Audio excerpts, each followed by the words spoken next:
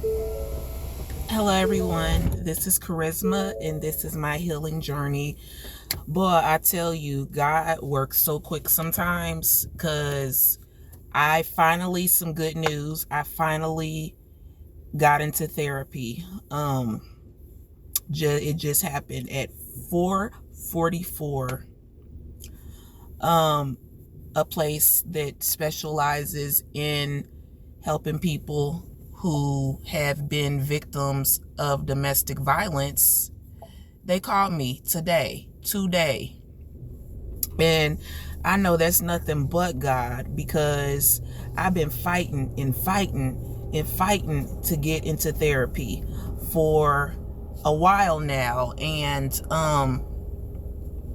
I was not able to get into therapy because when Amazon fired me, um, due to the incident with someone that I was dealing with, and he worked there too, and it became very abusive very quickly. And he threatened my life. He threatened to bring harm to me on the premises of Amazon, and I quickly went and I called the police the day he threatened me. I got an emergency restraining order that day, and 3 days later I served the restraining order. On Friday the 13th, HR called me and suspended me and eventually ended up firing me off of lies, because let's be honest, a lot of times when you are reporting these things, domestic violence, violence of any kind, what ends up happening is some people, a lot of times, if you're not the right complexion for the connection, haha, black, woman, whatever, they're not trying to hear it. There are people who have what, I don't know exactly how the Bible words it, but people who have scales on their eyes. They can't see. Their heart is stone, so they can't feel what you're going through or have any sympathy or empathy for you. So, and they don't want to deal with the truth. So it's easier to blame the victim instead of taking care of the issue. Or maybe they just don't care. Maybe they don't want to believe that you're being abused. And so that's honestly what happened at Amazon, and that's honestly why a lot of people don't tell. So I've been fighting to get in therapy. I was in therapy, but when my insurance lapsed, they fired me, and I paid them. I paid out of my own pocket to continue the therapy, but you know how Satan does. Satan operates through people. And they was like, oh, you can't see the therapist that you were seeing. It's got to be another one. And it's, I've dealt with this particular organization, and it's like, this is intentional. It's like, nah, it's intentional to hurt me, to hurt somebody who needs help. And it's wrong. And God knows that. God saw that. So I called another organization. You wouldn't believe. I called they have a hotline where a crisis line. I called the crisis line because this is the point of contact. This is like the first step in getting therapy with this organization. And the person on the phone ended up hanging up on me because she wanted details of what I had been through and what constituted domestic violence. I gave her an overview, and I told her, look, ma'am, it's not going to be healthy for me to go into great detail with you because I don't have a therapist right now. So after I get off the phone with you, you're leaving me all alone, all by myself, to process trauma that I can't process all by myself, or I wouldn't be seeking therapy. So that would be very harmful and very detrimental to my mental and emotional well-being. oh, well, I can give you space to call back later if that's what you need to do. I'm like, so you're going to disconnect the phone call because I won't go into details and I've given you a high level overview? No, that's not enough.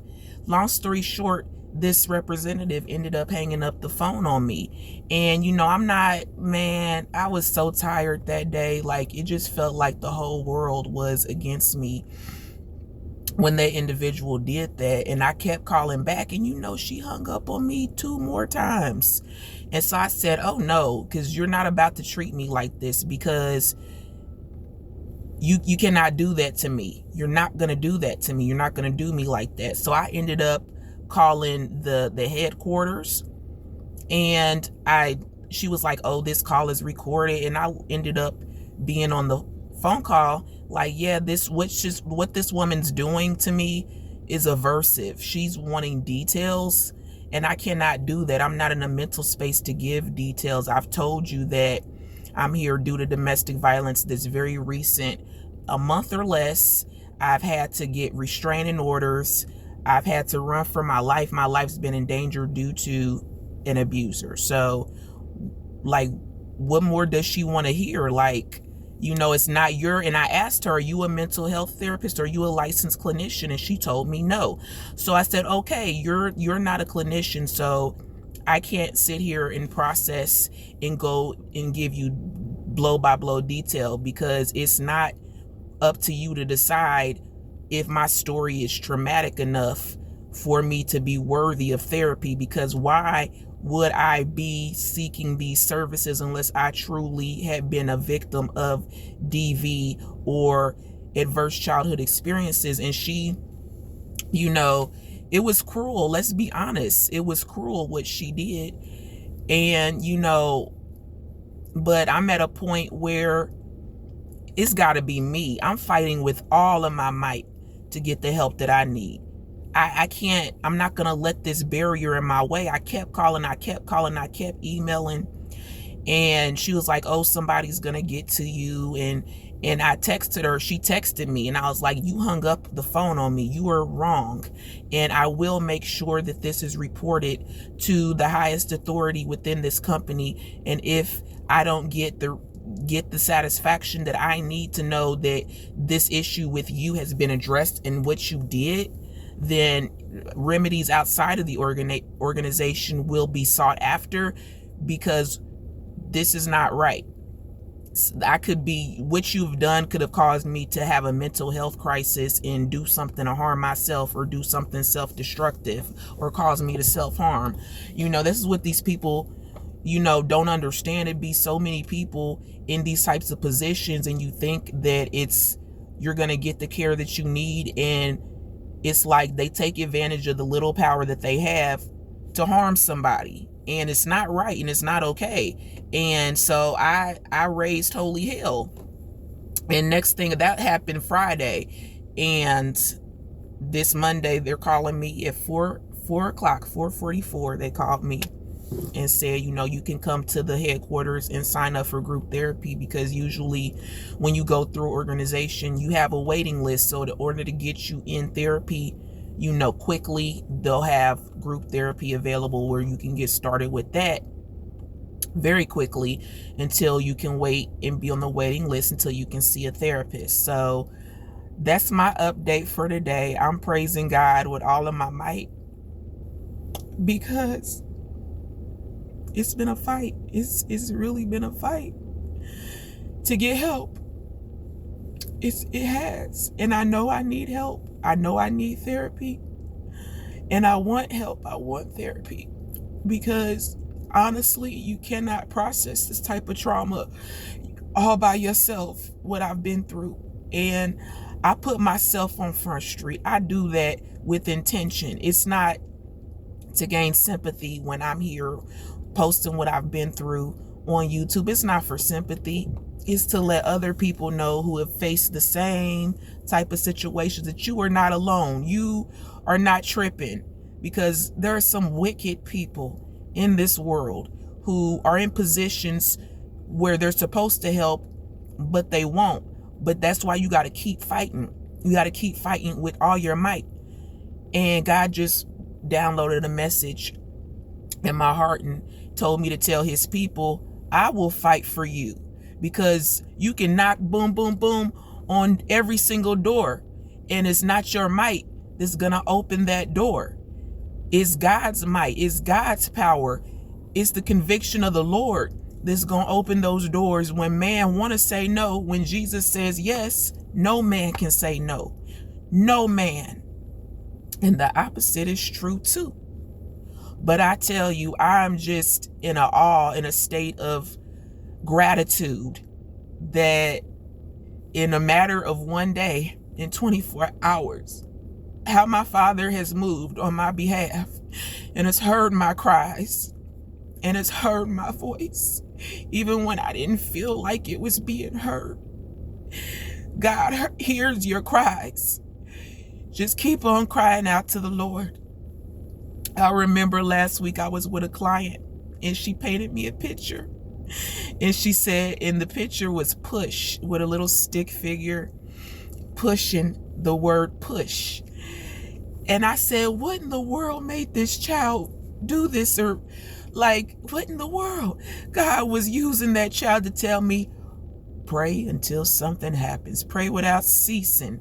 Even if you got to wear the carpet out, even if you got to get on your face. Sometimes it ain't enough to get on your knees. Sometimes you got to get on your face before the Lord.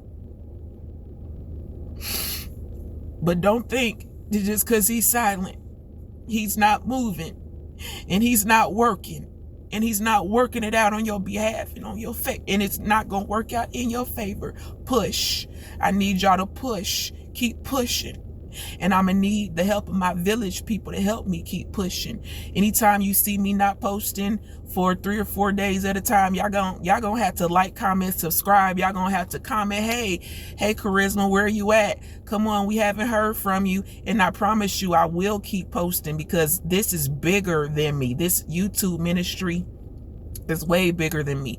And it's not just gonna be YouTube as well. I'm gonna start give me a TikTok and an Instagram as well, which I already do, but all platforms. I want to be available on all social media platforms so that my message can get out to those who need to hear this, who feel like they're in the dark and that there's no way out of this pain, or they can't, ever heal from this trauma. You can heal. It's available to you. It's available. You got to keep pushing though.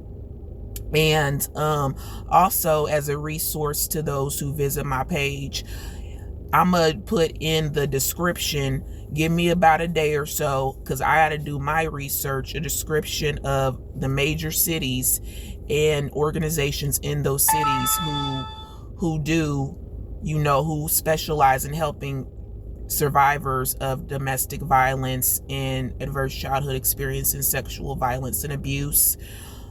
As many as I can, like 15 or 20 of the major cities, to give you guys a starting point if you need the type of help that I'm getting myself. Also, don't forget the domestic violence hotline. They're available. Also 988, the suicide prevention hotline. There are resources. Honestly, I would say that getting you that'll help a lot of people get through. And I know that I got some people overseas, so I'm a shout out to South Africa. I know I have some subscribers in South Africa. I love you.